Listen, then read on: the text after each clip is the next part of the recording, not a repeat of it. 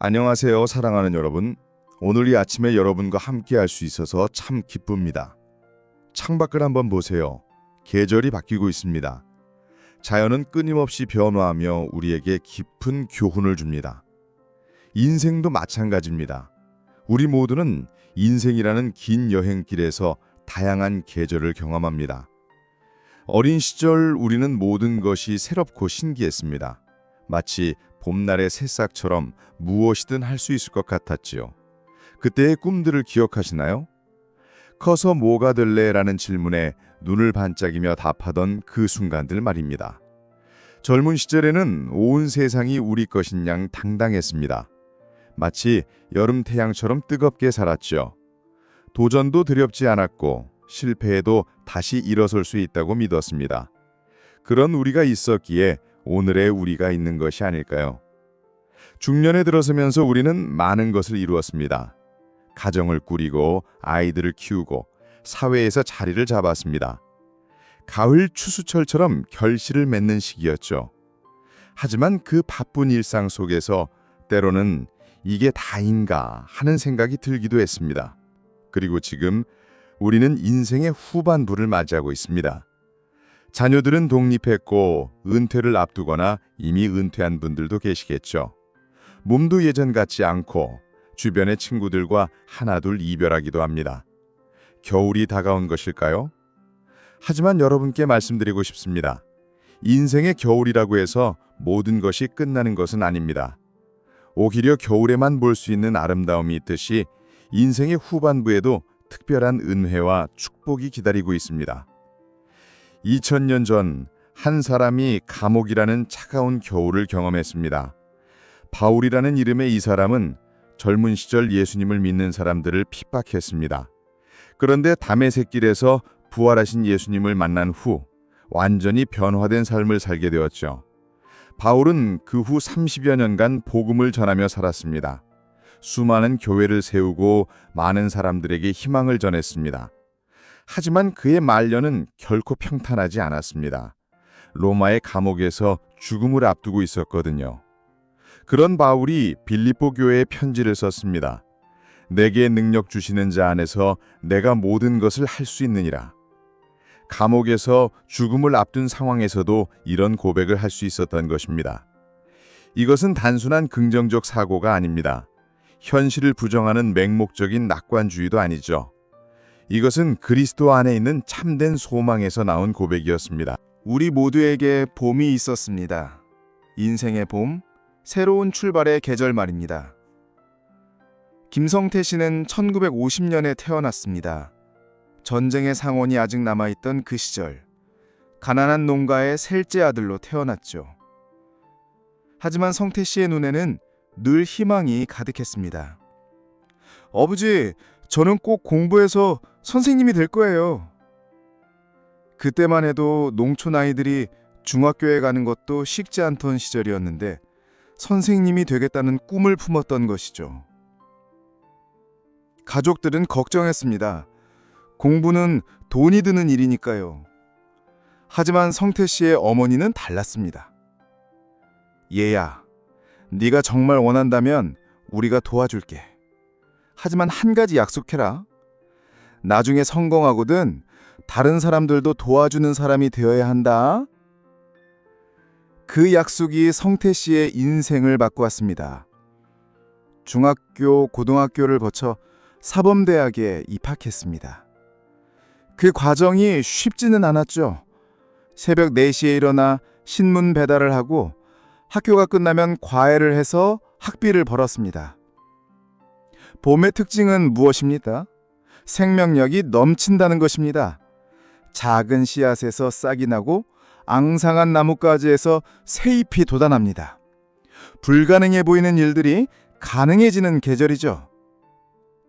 하지만 봄에는 또 다른 특징이 있습니다. 변화무쌍한 날씨입니다. 따뜻한 줄 알았다가 갑자기 꽃샘추위가 찾아오죠. 인생의 봄도 마찬가지입니다. 희망찬 순간들과 좌절의 순간들이 함께 찾아옵니다. 성태 씨도 그런 경험을 했습니다. 대학 2학년 때 아버지가 갑작스럽게 돌아가셨거든요. 가장이 된 성태 씨는 학업을 포기하고 집으로 돌아가야 할 상황에 처했습니다. 하나님, 왜 이런 시련을 주시는 겁니까? 그때 성태 씨는 아직 예수님을 믿지 않았습니다. 하지만 절망적인 상황에서 하나님을 찾게 되었죠. 대학 근처 작은 교회에서 성태 씨는 처음으로 복음을 들었습니다. 하나님이 세상을 이처럼 사랑하사 독생자를 주셨으니 이는 그를 믿는 자마다 멸망하지 않고 영생을 얻게 하려 하심이라. 요한복음 3장 16절 말씀이었습니다. 그 순간 성태 씨의 마음에 따뜻한 봄바람이 불어왔습니다. 절망이 아니라 소망이, 두려움이 아니라 평안이 찾아온 것이죠. 교회 성도들이 성태 씨를 도와주었습니다. 학비를 지원해주고 아르바이트도 소개해 주었습니다. 무엇보다 기도로 함께 해주었죠. 성태 씨는 그렇게 학업을 마칠 수 있었고 약속대로 선생님이 되었습니다. 인생의 봄에서 우리가 배우는 것은 무엇일까요? 꿈을 품는 것의 소중함입니다. 그리고 그 꿈을 이루기 위해 노력하는 것의 가치입니다. 하지만 무엇보다 중요한 것은 우리의 힘만으로는 한계가 있다는 것을 깨닫는 것입니다. 봄비가 내려야 씨앗이 싹트듯이 우리 인생에도 하나님의 은혜의 비가 필요합니다. 그 은혜가 있을 때 불가능해 보이는 일들도 가능해집니다. 인생의 여름이 왔습니다. 뜨거운 태양 아래서 최선을 다해 살아가는 시간입니다. 성태 씨가 첫 발령을 받은 곳은 깊은 산골의 작은 초등학교였습니다. 분교라고 불리는 곳이었죠. 전교생이 23명밖에 되지 않는 학교였습니다. 처음 학교에 도착했을 때의 모습을 잊을 수가 없다고 합니다. 교실 창문은 깨져 있었고 칠판은 너무 낡아서 글씨가 잘 보이지 않았습니다. 아이들의 웃은 너무나 남루했죠. 이곳에서 정말 아이들을 제대로 가르칠 수 있을까?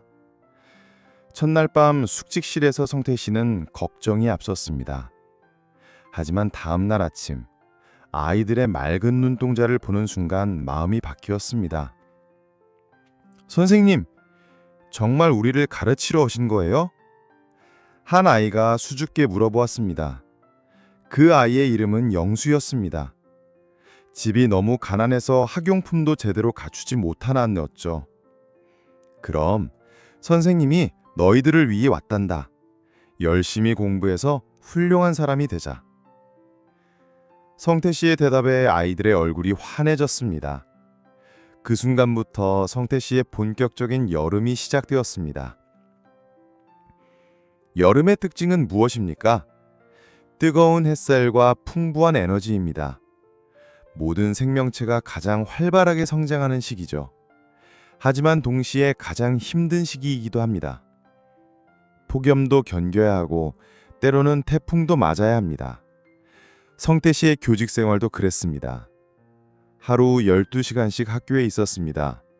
수업이 끝나면 아이들과 함께 운동장을 뛰어다니고 저녁에는 학부모들을 만나 상담을 했습니다. 주말에는 아이들 집을 일일이 방문해서 학습 환경을 점검했죠. 그런 노력의 결실이 나타나기 시작했습니다. 아이들의 성적이 향상되었고 더 중요한 것은 아이들의 꿈이 커졌다는 것입니다. 선생님, 저도 선생님처럼 되고 싶어요. 영수가 어느 날 이렇게 말했습니다. 성태 씨는 그 말을 듣고 눈물이 났다고 합니다. 자신이 어린 시절 꿈꾸었던 것처럼 영수도 같은 꿈을 품게 된 것이죠. 하지만 여름에는 시련도 있습니다. 성태 씨가 부임한 지 5년째 되던 해 학교 통폐합 소식이 들려왔습니다. 학생 수가 줄어서 분교를 폐교한다는 것이었죠. 마을 사람들이 반대했습니다. 성태 씨도 교육청에 찾아가서 간곡히 부탁했습니다. 이 학교가 없어지면 아이들이 너무 먼 곳까지 가야 합니다. 부모들도 걱정이 많습니다. 한 해만 더 기회를 주시면 안 될까요? 하지만 행정적인 결정을 번복하기는 어려웠습니다. 결국 분교는 문을 닫게 되었고 성태 씨는 다른 학교로 전근을 가야 했습니다. 그 과정에서 성태 씨는 깊은 좌절감을 맛봤습니다. 정성껏 가르쳤던 아이들과 헤어져야 한다는 것, 그리고 자신의 노력이 헛수고가 된 것 같다는 생각에 마음이 아팠죠. 하나님, 제가 뭘 잘못했습니까? 최선을 다했는데 왜 이런 결과가 나오는 겁니까? 그런 성태 씨에게 위로가 된 것은 바울의 말씀이었습니다. 내게 능력 주시는 자 안에서 내가 모든 것을 할 수 있느니라. 이 말씀을 묵상하면서 성태 씨는 깨달았습니다. 성공과 실패를 판별하는 기준이 사람의 기준과 하나님의 기준은 다르다는 것을 말이죠. 중요한 것은 결과가 아니라 과정에서 최선을 다하는 것이라는 걸 알게 되었습니다. 그 후 성태 씨는 새로운 학교에서 더욱 열정적으로 아이들을 가르쳤습니다. 그리고 10년 후 놀라운 소식을 들었습니다. 그때 가르쳤던 영수가 정말로 선생님이 되어 고향으로 돌아왔다는 것이었습니다. 인생의 여름에서 우리가 배우는 교훈은 무엇일까요? 최선을 다하되 결과에 얽매이지 말라는 것입니다. 그리고 힘들 때일수록 하나님께 의지하라는 것입니다. 우리의 힘으로는 한계가 있지만 그리스도 안에서는 모든 것이 가능합니다. 인생의 가을이 찾아왔습니다. 30년간의 교직 생활을 마무리하며 성태 씨는 많은 것을 이루었습니다. 정년 퇴임식 날 강강에는 성태 씨가 가르쳤던 제자들이 가득 찾아왔습니다. 의사가 된 제자, 교수가 된 제자, 사업가가 된 제자들이 모두 모였죠. 그들 모두가 성태 씨에 대한 감사의 마음을 전했습니다. 선생님 덕분에 제가 여기까지 올 수 있었습니다. 선생님이 아니었다면 저는 꿈을 포기했을 거예요. 이런 말들을 들으며 성태 씨는 뿌듯했습니다. 가을 추수철에 풍성한 열매를 거두는 농부의 마음이 바로 이런 것이구나 싶었죠. 집에 돌아가서 아내와 함께 차를 마시며 이야기했습니다. 여보, 우리 참 잘 살아왔네요. 아이들도 잘 키웠고 나도 의미 있는 일을 했고. 맞아요. 이제 정말 편안하게 지낼 수 있을 것 같아요. 하지만 며칠이 지나면서 이상한 기분이 들었습니다. 30년간 바쁘게 살았는데 갑자기 할 일이 없어지니 허전했죠. 아침에 일어나도 딱히 갈 곳이 없었습니다. 처음에는 그동안 못했던 취미 생활을 해봤습니다. 등산도 다니고 독서도 하고 친구들과 바둑도 뒀습니다. 하지만 몇 달이 지나니 그것도 시시해졌습니다. 이제 뭘 하며 살아야 하지? 성태 씨는 깊은 허무감에 빠졌습니다. 그동안은 너무 바빠서 생각할 시간이 없었는데 시간이 생기니 오히려 삶의 의미에 대해 고민하게 되었죠. 가을의 특징이 바로 이것입니다. 풍성한 수확의 기쁨도 있지만 동시에 낙엽이 지는 쓸쓸함도 있습니다. 인생도 마찬가지입니다. 많은 것을 이루었지만 그래서 뭐? 라는 질문이 마음 깊은 곳에서 올라옵니다. 어느 날 성태 씨는 오래된 성경책을 꺼내 읽기 시작했습니다. 젊은 시절부터 믿어왔지만 너무 바빠서 제대로 읽기 못했던 책이었죠. 그런데 전도서 말씀이 마음에 와닿았습니다. 해 아래서 행하는 모든 일이 다 헛되고 바람을 잡으려는 것이로다. 전도서를 쓴 솔로몬 왕도 이런 허무감을 느꼈구나 하는 생각이 들었습니다. 세상에서 가질 수 있는 모든 것을 가졌던 솔로몬도 결국은 이 같은 고백을 했다니 자신의 마음을 이해할 수 있었죠. 하지만 전도서는 거기서 끝나지 않았습니다. 너는 청년의 때에 너의 창조주를 기억하라는 말씀이 있었죠. 그리고 일의 결국을 다 들었으니 하나님을 경외하고 그의 계명들을 지킬지어다. 이것이 모든 사람의 본분이니라는 말씀도 있었습니다. 성태 씨는 깨달았습니다. 인생의 의미는 성취에 있는 것이 아니라 하나님과의 관계에 있다는 것을 말이죠. 그동안 좋은 일을 많이 했지만 정작 하나님과의 시간은 소홀히 했구나 하는 반성이 들었습니다. 그때부터 성태 씨는 새로운 삶의 패턴을 만들어 갔습니다. 매일 아침 일찍 일어나서 성경을 읽고 기도하는 시간을 가졌습니다. 그리고 교회 일에도 더 적극적으로 참여했죠. 교회에서 주일학교 교사를 해달라고 부탁했을 때 성태 씨는 기쁘게 받아들였습니다. 비록 퇴임했지만 아이들을 가르치는 기쁨을 다시 느낄 수 있었거든요. 그런데 놀라운 일이 일어났습니다. 주일학교 아이들을 가르치면서 성태 씨는 전에 없던 보람을 느꼈습니다. 세상 지식을 가르치는 것과는 차원이 다른 기쁨이 있었죠. 할아버지 선생님, 예수님은 정말로 우리를 사랑하세요? 한 아이가 순진한 눈으로 물어봤습니다. 그럼 예수님은 너를 너무너무 사랑해서 십자가에서 돌아가셨단다. 그 말을 하면서 성태 씨 자신도 다시 한번 예수님의 사랑을 깨달았습니다. 그동안 머리로만 알던 것이 가슴으로 느껴졌죠. 인생의 가을에서 우리가 배우는 교훈은 무엇일까요? 세상의 성취만으로는 마음이 채워지지 않는다는 것입니다. 진정한 만족은 하나님 안에서만 찾을 수 있다는 것이죠. 바울이 말한 내게 능력 주시는 자 안에서라는 고백이 바로 이것을 의미합니다. 인생의 겨울이 찾아왔습니다. 성태 씨에게도 예상치 못한 시련이 닥쳤습니다. 퇴임 후 3년째 되던 해, 정기 검진에서 충격적인 소식을 들었습니다. 위암 진단이었습니다. 그것도 이미 상당히 진행된 상태였죠. 선생님, 빠른 시일 내에 수술을 받으셔야 합니다. 의사의 말을 들으며 성태 씨는 머리가 하얘졌습니다. 그동안 큰 병 한 번 앓지 않고 건강하게 살아왔는데 갑작스럽게 찾아온 소식이었죠. 집에 돌아가서 아내에게 말하기가 힘들었습니다. 하지만 숨길 수는 없는 일이었죠. 여보, 병원에서 수술을 받아야 한다고 합니다. 무슨 수술이요? 위암이 발견되었어요. 그 말을 듣는 순간 아내의 얼굴이 새하얗게 변했습니다. 결혼한 지 40년 동안 함께온 동반자였는데 갑자기 이별을 생각해야 할 상황이 온 것 같았죠. 그날 밤 성태 씨는 잠을 이룰 수 없었습니다. 창밖으로 차가운 겨울바람이 불어왔습니다. 정말 인생의 겨울이 온 것 같았죠. 하나님, 왜 이런 시련을 주시는 겁니까? 이제 막 주님을 위해 살려고 했는데. 하지만 다음 날 아침 성태 씨는 성경을 펼쳤습니다. 그리고 빌립보서 4장 13절 말씀을 읽었습니다. 내게 능력 주시는 자 안에서 내가 모든 것을 할 수 있느니라. 그 순간 성태 씨의 마음에 평안이 찾아왔습니다. 바울도 감옥이라는 최악의 상황에서 이런 고백을 했구나 하는 생각이 들었죠. 수술 전날 밤 성태 씨는 가족들을 불러 모았습니다. 아이들아, 아빠가 내일 수술을 받는다. 결과가 어떻게 될지 모르지만 한 가지는 확실하다.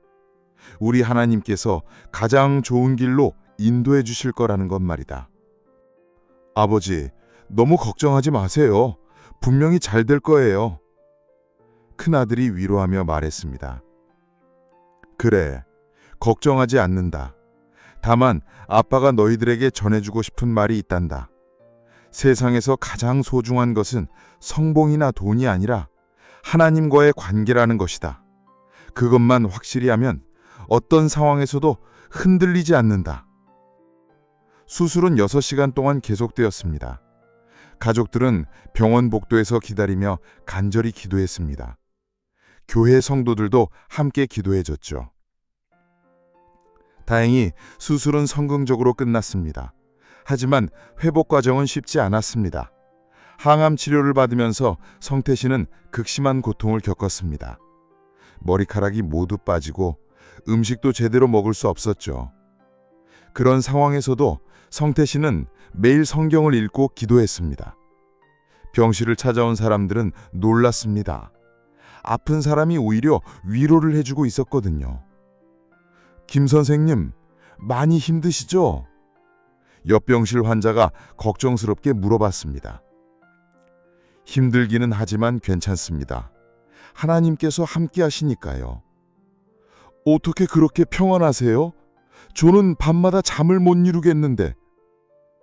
그분 안에 있으면 두려울 게 없어요.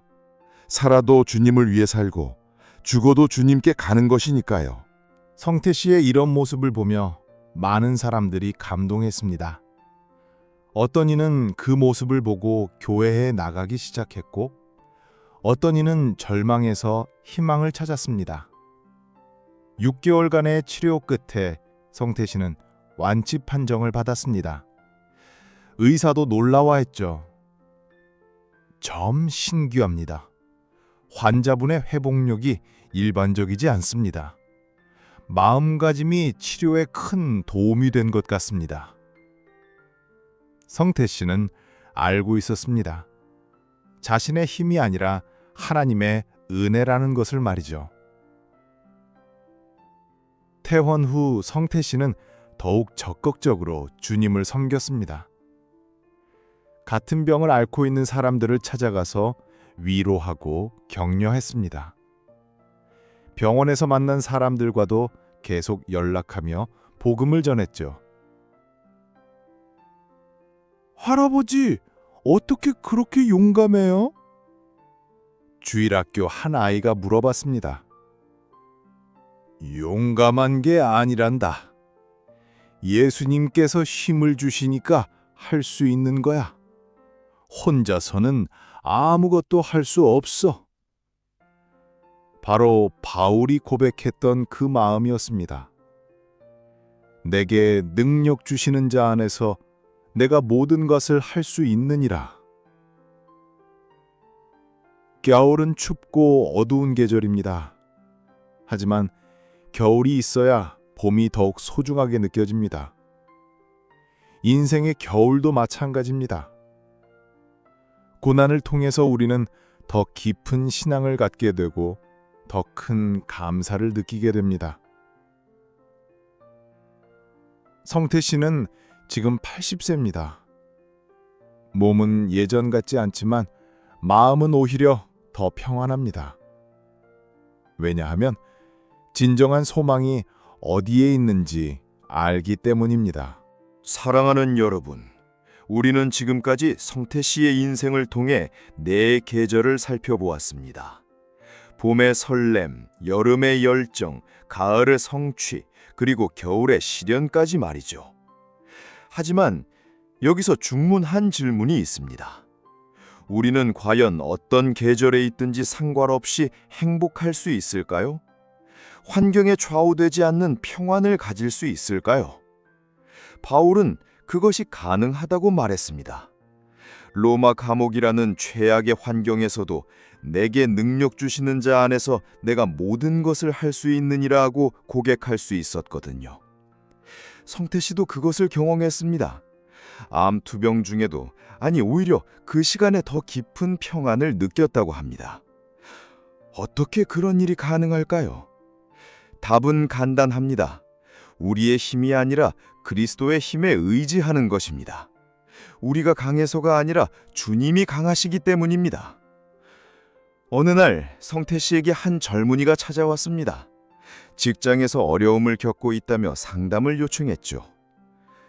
할아버지, 저는 정말 힘듭니다. 상사는 저를 미워하고 동료들은 저를 따돌립니다. 매일 회사 가기가 싫어요. 그래, 많이 힘들겠구나. 할아버지는 젊으셨을 때 그런 어려움 없으셨어요?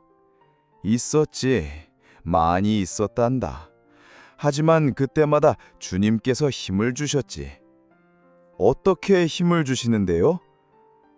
성태 씨는 잠시 생각하다가 대답했습니다. 글쎄, 마음이 변하는 거야. 처음에는 왜 나에게 이런 일이? 라고 원망하게 되지. 하지만 기도하고 성경을 읽으면서 생각이 바뀌어. 이 상황을 통해서 하나님이 나에게 무엇을 가르치려 하실까? 라고 생각하게 되거든. 그러면 상황이 바뀌나요? 꼭 그런 건 아니야. 때로는 상황은 그대로인데 내 마음이 바뀌어. 그러면 같은 상황도 다르게 보이게 되지. 정말 그렇습니다. 그리스도 안에 있으면 우리의 관점이 바뀝니다.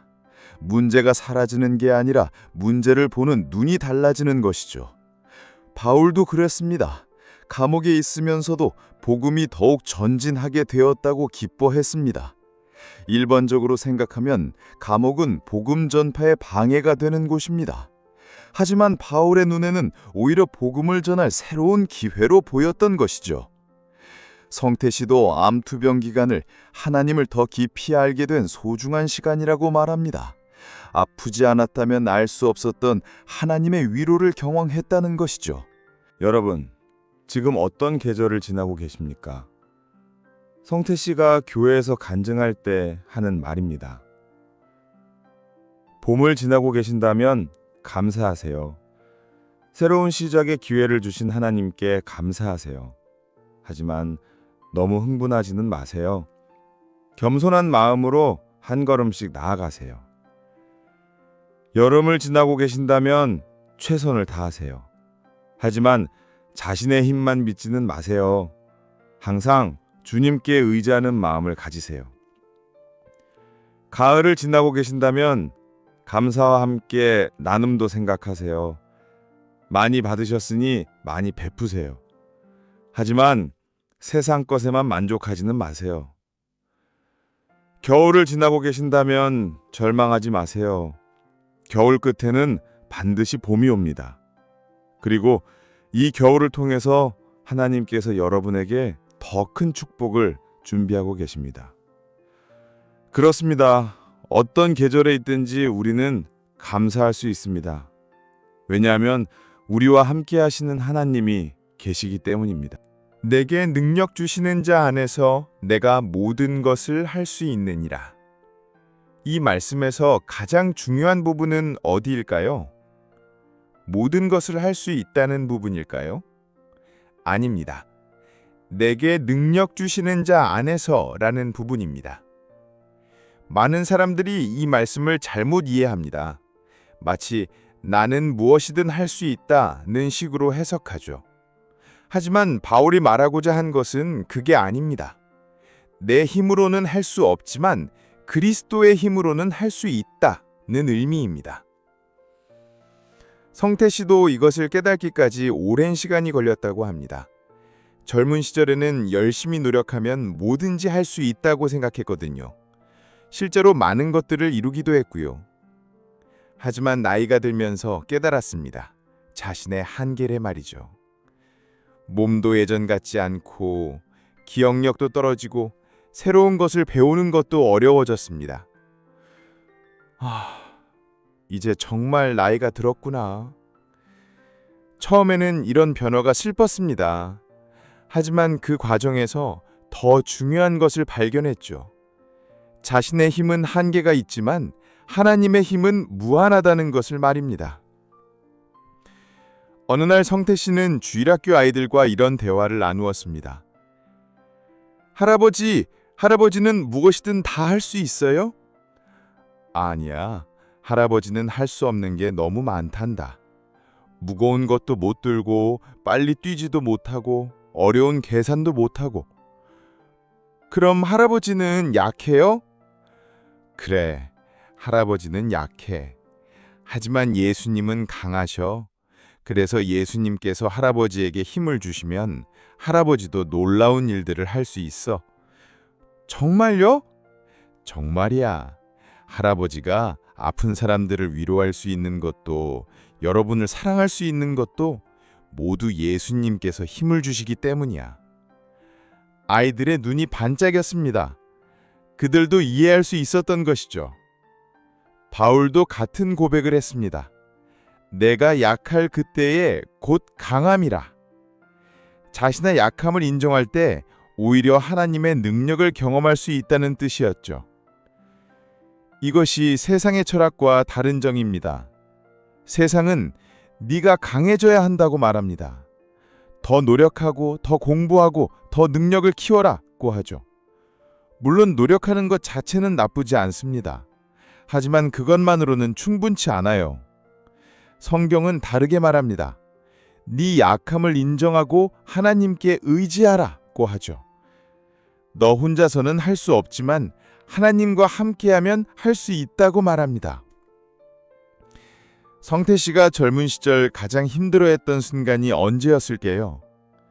분교가 폐교될 때였습니다. 그때만큼 자신의 무력함을 느낀 적이 없었다고 해요. 아무리 애써도 바꿀 수 없는 현실 앞에서 좌절했거든요. 하지만 그 경험이 오히려 축복이 되었습니다. 자신의 한계를 깨달았기 때문에 더욱 하나님께 의지하게 되었거든요. 그리고 그 후의 교직 생활은 이전보다 훨씬 의미 있었습니다. 여러분도 마찬가지입니다. 지금 힘들고 어려운 상황에 있다면 그것이 오히려 하나님을 더 깊이 경험할 기회가 될 수 있습니다. 자신의 힘으로는 안 된다는 것을 깨달을 때 비로소 하나님의 능력을 구하게 되거든요. 주님, 저는 할 수 없습니다. 주님께서 해주세요. 이런 기도를 드릴 때 놀라운 일들이 일어납니다. 불가능해 보였던 일들이 가능해지고 해결될 수 없을 것 같던 문제들이 해결되죠. 성태 씨는 말합니다. 나이가 들수록 더욱 확신하게 됩니다. 우리의 힘은 한계가 있지만 하나님의 능력은 무한하다는 것을 말이죠. 모든 것을 할 수 있다는 말씀을 어떻게 이해해야 할까요? 이것이 정말 말 그대로 무엇이든 다 할 수 있다는 뜻일까요? 성태 씨에게 이런 질문을 한 사람이 있었습니다. 할아버지, 그럼 할아버지는 하늘을 날 수도 있나요? 벽을 통과할 수도 있고요? 성태 씨는 웃으며 대답했습니다. 그런 것을 말하는 게 아니란다. 바울이 말한 모든 것은 하나님의 뜻 안에서의 모든 것을 의미해. 하나님께서 원하시는 일이라면 어떤 것이든 할 수 있다는 뜻이야. 정확한 해석입니다. 이 말씀은 우리의 욕심을 채워주는 마법의 주문이 아닙니다. 하나님의 뜻을 이루기 위한 능력을 말하는 것이죠. 바울이 이 고백을 할 때의 상황을 생각해 보세요. 로마 감옥에서 죽음을 앞두고 있었습니다. 만약 이 말씀이 문자 그대로 무엇이든 할 수 있다는 뜻이라면 바울은 감옥에서 나올 수도 있었을 것입니다. 하지만 바울은 감옥에서 나오려고 하지 않았습니다. 오히려 그 상황에서도 복음을 전하고 편지를 써서 교회들을 격려했죠. 그것이 바로 하나님의 뜻이었기 때문입니다.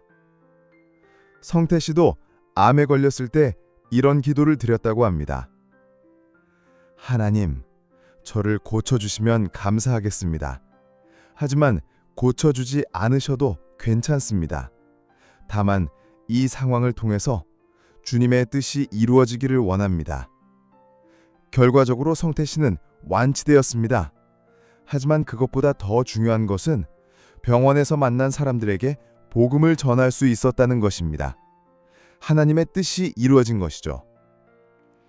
모든 것을 할 수 있다는 것은 이런 의미입니다. 하나님께서 맡겨주신 일이라면 아무리 어려워 보여도 해낼 수 있다는 뜻입니다. 내 능력으로는 불가능해 보이는 일도 하나님의 능력으로는 가능하다는 것이죠. 어느 날 성태 씨에게 한 청년이 찾아왔습니다. 사업에 실패해서 많은 빚을 진 상황이었죠. 할아버지, 성경에 모든 것을 할 수 있다고 했는데 제가 기도하면 빚이 없어질까요? 그럴 수도 있고 그렇지 않을 수도 있단다. 그게 무슨 말씀이세요? 하나님께서 기적적으로 빚을 해결해 주실 수도 있어. 하지만 더 중요한 것은 이 상황을 통해서 너를 더 성숙하게 만들어 주시는 것이지. 빚을 갚을 지혜와 능력을 주실 수도 있고 이 어려움을 견딜 수 있는 마음의 힘을 주실 수도 있어. 그럼 제가 뭘 해야 하나요? 최선을 다해서 하나님께 맡기는 거야.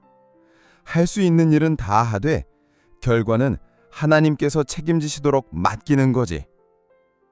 정말 지혜로운 답변입니다. 모든 것을 할 수 있다는 것은 우리의 책임을 면제해주는 말이 아닙니다. 오히려 더 큰 책임감을 갖고 최선을 다하되 그 결과는 하나님께 맡기라는 뜻입니다.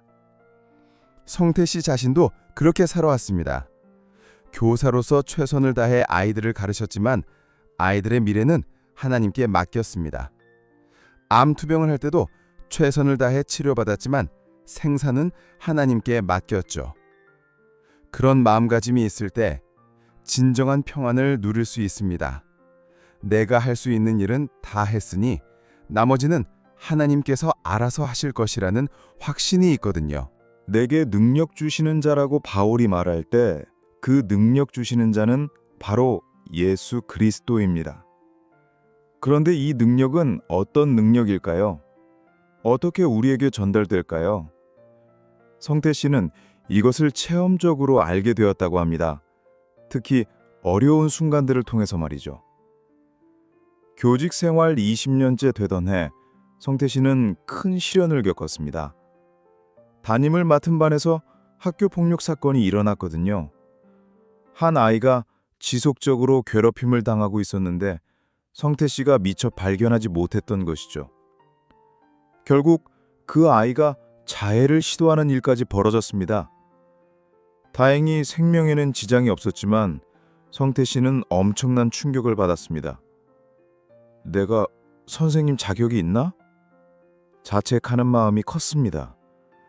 학부모들의 원망의 눈길도 견디기 어려웠죠. 무엇보다 그 아이에게 미안한 마음이 컸습니다. 그날 밤 성태 씨는 교회에 가서 혼자 기도했습니다. 주님, 저는 정말 무능한 교사입니다. 아이들을 제대로 돌보지도 못했습니다. 어떻게 해야 합니까? 그때 마음 깊은 곳에서 음성이 들렸습니다.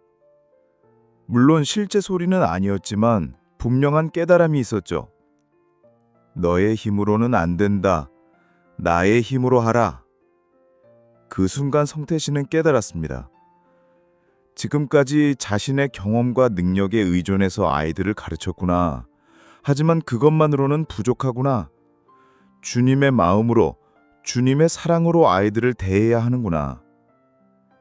다음 날부터 성태 씨는 달라졌습니다. 매일 아침 교실에 들어가기 전에 기도했습니다. 주님, 오늘도 이 아이들을 주님의 마음으로 사랑할 수 있게 해주세요. 제 눈이 아니라 주님의 눈으로 아이들을 볼 수 있게 해주세요. 그러자 정말 놀라운 일이 일어났습니다. 평소에 문제아라고 생각했던 아이들의 다른 면이 보이기 시작했습니다. 그들도 사랑받고 싶어하는 아이들이었고 다만 그 방법을 몰랐을 뿐이었죠. 괴롭힘을 당했던 아이에게도 특별히 관심을 기울였습니다. 그 아이의 장점을 찾아서 칭찬해주고 다른 아이들과 어울릴 수 있도록 도왔죠. 괴롭혔던 아이들에게는 벌을 주는 대신 상대방의 마음을 이해할 수 있도록 대화했습니다. 몇 달 후 그 반은 완전히 달라져 있었습니다. 아이들 사이에 따뜻한 우정이 생겼고 서로 돕는 분위기가 만들어졌죠. 괴롭힘을 당했던 아이도 밝은 표정을 되찾았습니다. 선생님, 우리 반이 제일 좋아요. 이렇게 말할 때 성태 씨는 깨달았습니다. 이것이 바로 그리스도의 능력이구나.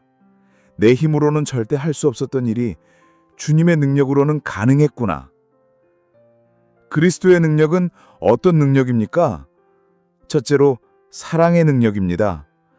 미워할 수밖에 없는 사람도 사랑할 수 있게 해주는 능력이죠. 둘째로 용서의 능력입니다. 용서할 수 없을 것 같은 상처도 용서할 수 있게 해주는 능력입니다. 셋째로 희망의 능력입니다. 절망적인 상황에서도 소망을 잃지 않게 해주는 능력이죠. 넷째로 변화의 능력입니다. 바뀔 수 없을 것 같던 사랑과 상황을 변화시키는 능력입니다. 성태 씨는 이 모든 능력을 경험했습니다. 그리고 그것이 자신의 능력이 아니라 그리스도의 능력임을 분명히 알았죠. 여러분도 경험할 수 있습니다. 그리스도 안에 있으면 불가능해 보이는 일도 가능해집니다. 성태 씨가 늘 하는 말입니다. 그리고 실제로 그것을 보여주는 삶을 살고 있죠. 사랑하는 여러분, 우리는 지금까지 성태 씨의 삶을 통해 바울의 고백을 함께 살펴보았습니다. 내게 능력 주시는 자 안에서 내가 모든 것을 할 수 있느니라. 이제 질문해 봅시다. 여러분은 지금 어떤 계절을 지나고 계십니까? 혹시 인생의 봄을 맞이하고 계신가요? 새로운 시작 앞에서 설레는 마음과 동시에 불안한 마음도 있으실 것입니다. 걱정하지 마세요. 주님께서 여러분과 함께 하십니다. 그분의 인도하심을 따라 한 걸음씩 나아가세요. 혹시 인생의 여름 한가운데 계신가요? 바쁜 일상 속에서 지쳐가고 계시는 건 아닙니까? 도전과 성취의 기쁨도 있지만 때로는 경쟁의 압박감에 숨이 막힐 때도 있으실 것입니다. 그럴 때일수록 주님께 의지하세요. 여러분의 힘만으로는 한계가 있지만 그리스도 안에서는 능히 이길 수 있습니다. 혹시 인생의 가을에 접어드신 분들은 어떠신가요? 많은 것을 이루었지만 마음 한구석이 허전하신 분들 계시죠? 그것은 자연스러운 일입니다.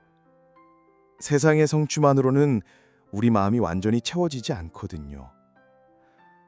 진정한 만족은 하나님 안에서만 찾을 수 있습니다. 그리고 혹시 인생의 겨울을 지나고 계신 분들은 계신가요? 건강이 예전 같지 않으시거나 사랑하는 사람과의 이별을 경험하셨거나 경제적인 어려움을 겪고 계시는 분들 말입니다. 절망하지 마세요. 겨울이 가장 춥고 어두울 때 봄은 이미 준비되고 있습니다. 성태 씨는 지금 85세입니다. 몇 년 전 아내를 하늘나라로 먼저 보내드렸습니다. 60년 넘게 함께한 동반자를 잃은 슬픔은 말로 표현할 수 없었다고 해요. 여보, 먼저 가지 말라고 했잖아요. 임종을 지키면서 성태 씨는 이렇게 속삭였습니다. 하지만 아내는 평화한 얼굴로 하늘나라로 떠났죠. 장례식이 끝나고 혼자 남은 집에서 성태 씨는 깊은 외로움을 느꼈습니다. 매일 함께 차를 마시던 식탁, 함께 텔레비전을 보던 거실, 모든 것이 아내를 그리워하게 만들었죠.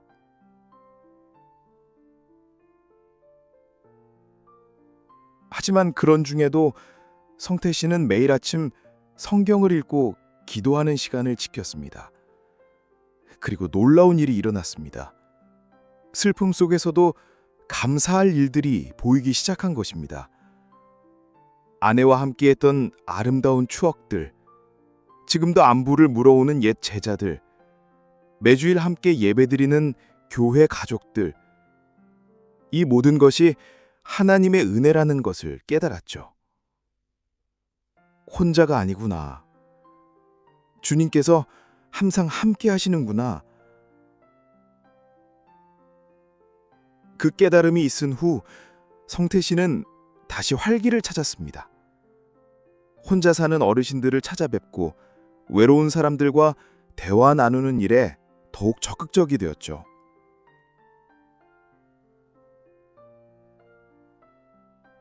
어느 날 비슷한 처지의 할머니 한 분이 찾아오셨습니다.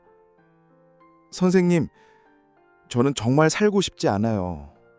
남편도 세상을 떠났고 자식들은 바쁘다고 연락도 잘 안 하고요. 그 마음 이해합니다. 저도 그랬거든요. 그런데 어떻게 이렇게 밝게 지내세요? 글쎄요. 예수님께서 저와 함께 계시거든요. 혼자가 아니에요. 저도 교회는 다니는데 그런 걸 잘 모르겠어요. 그럼 저와 함께 기도해 보실래요? 그날부터 그 할머니는 성태 씨와 함께 성경 공부하고 기도하며 신앙이 더욱 깊어갔고 몇 달 후에는 완전히 달라진 모습이 되었죠. 선생님, 정말 감사해요. 이제 혼자가 아니라는 걸 알겠어요.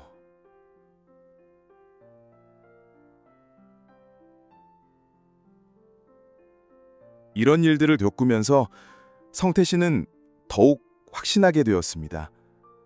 나이와 상관없이, 상황과 상관없이 그리스도 안에 있으면 능히 이길 수 있다는 것을 말이죠.